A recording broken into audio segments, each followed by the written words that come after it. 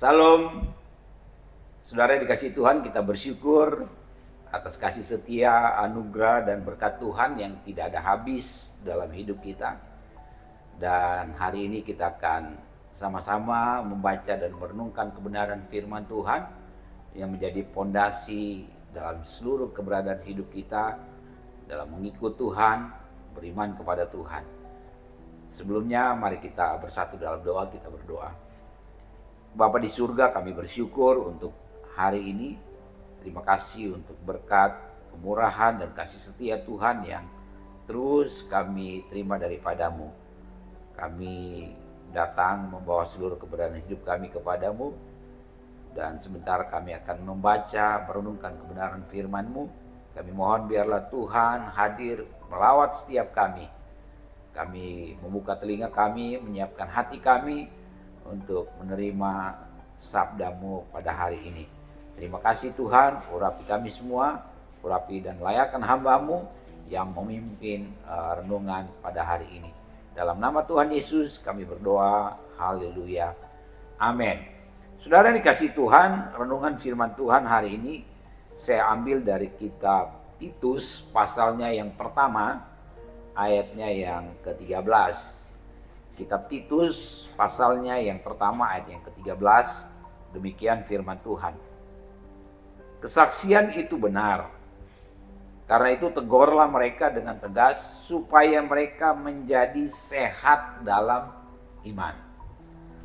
Nah, saudara dikasih Tuhan, ini adalah surat Rasul Paulus kepada seorang anak rohaninya yang bernama Titus. Nah, Titus ini saudara dikasih Tuhan, kalau kita baca dalam perikop ini, di sini dituliskan bahwa Paulus meninggalkan Titus di sebuah kota yang bernama Kreta. Nah, di sanalah Paulus meninggalkan Titus untuk melayani umat Tuhan yang ada di Kreta. Nah, ternyata saudara dikasih Tuhan, ada tugas-tugas khusus yang didelegasikan atau dimandatkan oleh Rasul Paulus kepada muridnya yang bernama Titus ini. Nah, di sini kita baca bahwa Paulus juga mau supaya Titus menegur umat Tuhan, menegur orang-orang percaya yang ada di Kreta, saudara dikasih Tuhan. Nah, sebelum kita lanjut, judul dari renungan firman Tuhan hari ini adalah sehat iman ya. Jadi saudara dikasih Tuhan, belajar dari konteks ini bagaimana supaya jemaat di Kreta imannya itu sehat, imannya itu benar. Dan kita pun sebagai umat Tuhan, iman kita pun harus sehat, iman kita pun harus iman yang benar, saudara dikasih Tuhan. Nah, berdasarkan bacaan kita pada hari ini, nah ada 3 poin yang saya ingin sampaikan untuk menjadi renungan kita supaya iman jemaat di Kreta itu sehat, supaya iman kita sehat. Maka yang pertama saudara dikasih Tuhan, perlu teguran. Ya, di sini saya mau katakan bahwa siapa sih orang yang tidak pernah melakukan kesalahan? Jemaat, pelayan Tuhan, ataupun hamba Tuhan, pendeta, ya pejabat gereja, bisa saja melakukan kesalahan, baik itu disengaja ataupun tidak disengaja, saudara dikasih Tuhan.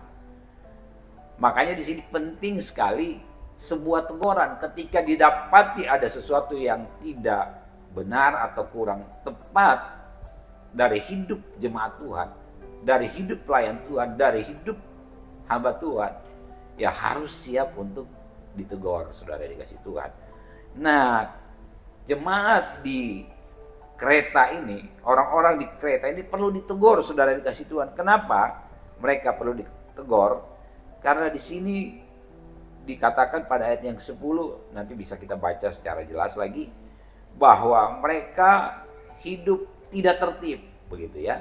Ya, sebagai orang percaya tidak tertib hidupnya, saudara dikasih Tuhan, yang mungkin mereka melakukan hal-hal yang tidak sesuai dengan firman Tuhan. Jadi perlu ditegur.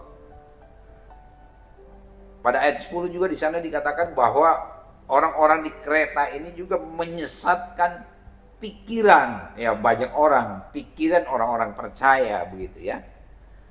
Mereka juga mengancam banyak keluarga, itu pada ayat yang ke-11. Dan juga ayat yang 12 dikatakan di sini bahwa mereka adalah berdasarkan kisah atau kesaksian dari kelompok mereka sendiri bahwa orang-orang kereta ini dikatakan sebagai pembohong gitu ya, binatang buas, pelahap yang malas.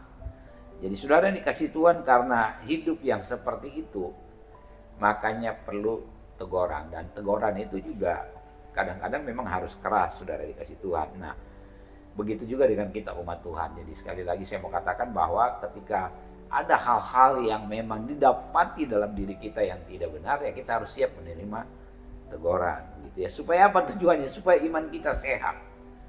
Yang berikut saudara dikasih Tuhan, perlu ada koreksi.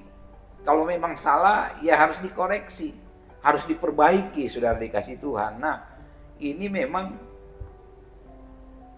menjadi tanggung jawab Titus untuk mengoreksi kehidupan umat Tuhan yang ada di kereta ya. Jadi yang kedua, supaya iman sehat ya perlu dikoreksi kalau memang ada yang salah. Nah, yang terakhir saudara yang dikasih Tuhan, supaya iman orang percaya itu sehat, iman kita sehat, saudara dikasih Tuhan, perlu pertobatan yang benar-benar nyata, perlu pertobatan yang sungguh-sungguh, saudara dikasih Tuhan ya. Kalau kita bertobat sungguh-sungguh, saya percaya bahwa iman kita pasti sehat. Kita pasti tidak melakukan hal-hal yang di luar kehendak Tuhan. Nah, makanya sebagai orang yang percaya kepada Tuhan, biarlah setiap kita membuka diri untuk ditegur. Jangan tersinggung, jangan sakit hati ketika ditegur, ketika dinasehati, begitu ya, ketika dikoreksi. Dan memang yang juga harus kita lakukan setiap hari, yang terus kita lakukan selama kita mengikut Tuhan ya, pertobatan yang nyata setiap saat gitu ya. Kita sudah tinggalkan manusia lama kita, kadang-kadang mungkin masih muncul atau masih ada dalam diri kita ya, kita harus betul-betul sungguh-sungguh bertobat, tinggalkan cara hidup kita yang lama. Dan kalau itu kita lakukan, saudara yang kasih Tuhan, saya percaya bahwa iman kita pasti adalah iman yang sehat. Dan Tuhan sungguh menghendaki iman kita adalah iman yang sehat gitu ya. Biarlah setiap kita seperti topik pada bulan ini, berjuang mempertahankan iman ya. Nah, kalau kita punya iman yang sehat, pasti kita bisa bertahan, bisa mempertahankan iman sekuat apapun pengaruh yang coba menggerogoti iman kita. Tapi karena iman kita sehat, saudara dikasih Tuhan, kita akan terus maju, kita akan